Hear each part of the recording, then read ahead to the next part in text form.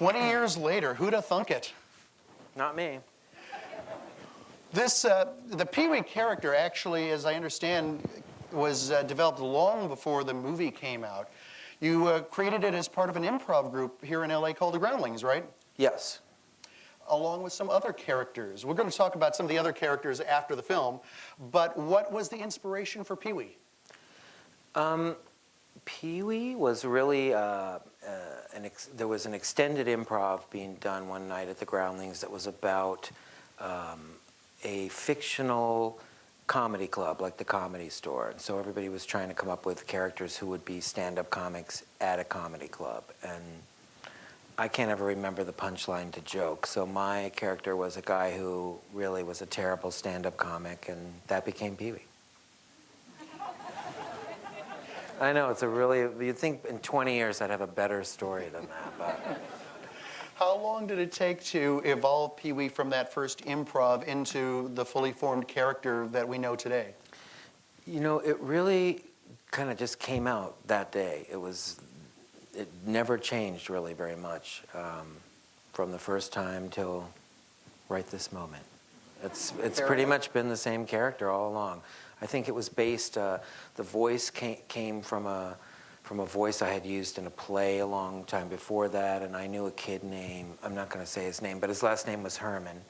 And he was like this, he was probably a kid who had like obsessive compulsive disorder and what's the one what's the thing, ADD, like, you know, all that stuff a long time ago, undiagnosed, and he was just like this kid bouncing off the walls that he was part of the inspiration for.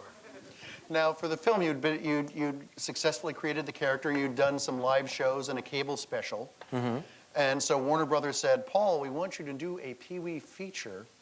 What was the inspiration for this specific story? I was writing I was kind of, well, not an official remake because I didn't have permission, but I was rewriting Walt Disney's Pollyanna as a vehicle for Pee Wee Herman. That's what the movie was going to be. Seriously, not a joke. I loved that movie as a kid. I really wanted an excuse to like lay in a bed and have somebody go like, you know, blah, blah, blah, blah, blah, and me go like, I don't know.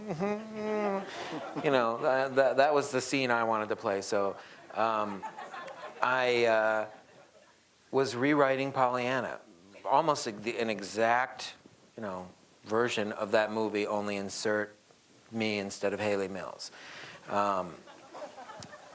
And the only people that are laughing are the people who know that movie, because it would have been a good movie, but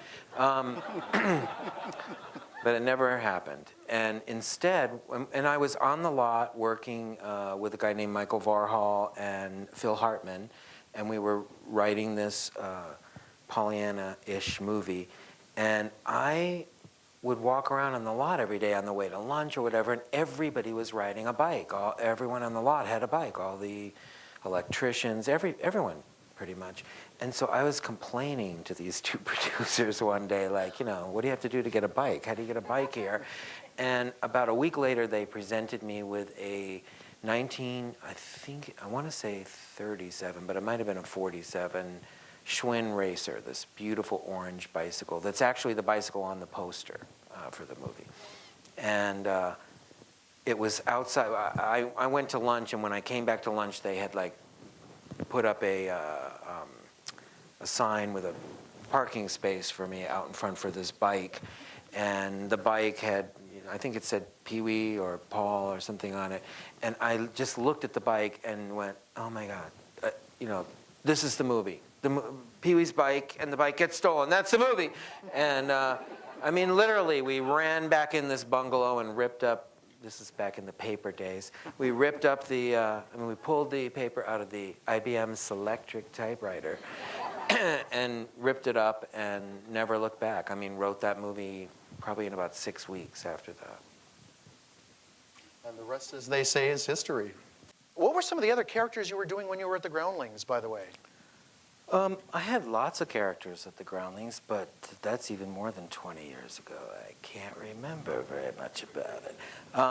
I had a cartoonist character, I had a short order cook character, I had a American Indian lounge singer character, lots.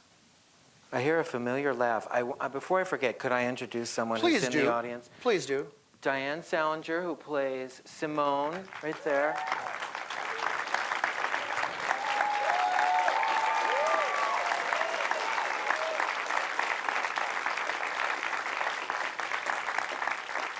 We were reunited later, a few years later, playing the Penguins' mother and father in Batman Returns. Remember?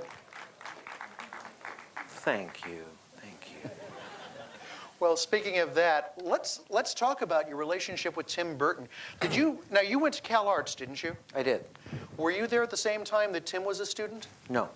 So you just have the shared alma mater. How did you meet Tim, and how did Tim become the director of Pee-wee's Big Adventure? The director of Pee-wee's Big Adventure was going to be somebody different. I turned the script into Warner Brothers and included a list. I got a book called Directors, I think it was called. And it had everyone who had ever directed a movie in it. And so I went through the whole book and I made a list. I probably had 200 names on this list of directors. And anybody who'd made a movie I liked. Excuse me, I had dinner while you guys were watching the movie. I really did, and I'm really burping. I turned in a list of 100 directors, maybe 200 directors, and went on vacation while Warner Brothers read the script. And they came back and said, here's the director of the movie, which wasn't someone who was even on my list. And it was someone who had made 2 movies that I really didn't like very much. And so I said, no, that can't be the director of the movie. And my 2 managers at the time pulled me aside and said, you don't understand how this works here. You have a green-lit picture if you agree to this guy. And if you don't, these people could be gone. This is at Warner Brothers, where the people that we were talking about, Terry Semel and who? Bob Daly. Bob Daly. Went another almost 20 years, I think. But at the time they were going, they could be gone tomorrow, and you're blowing this.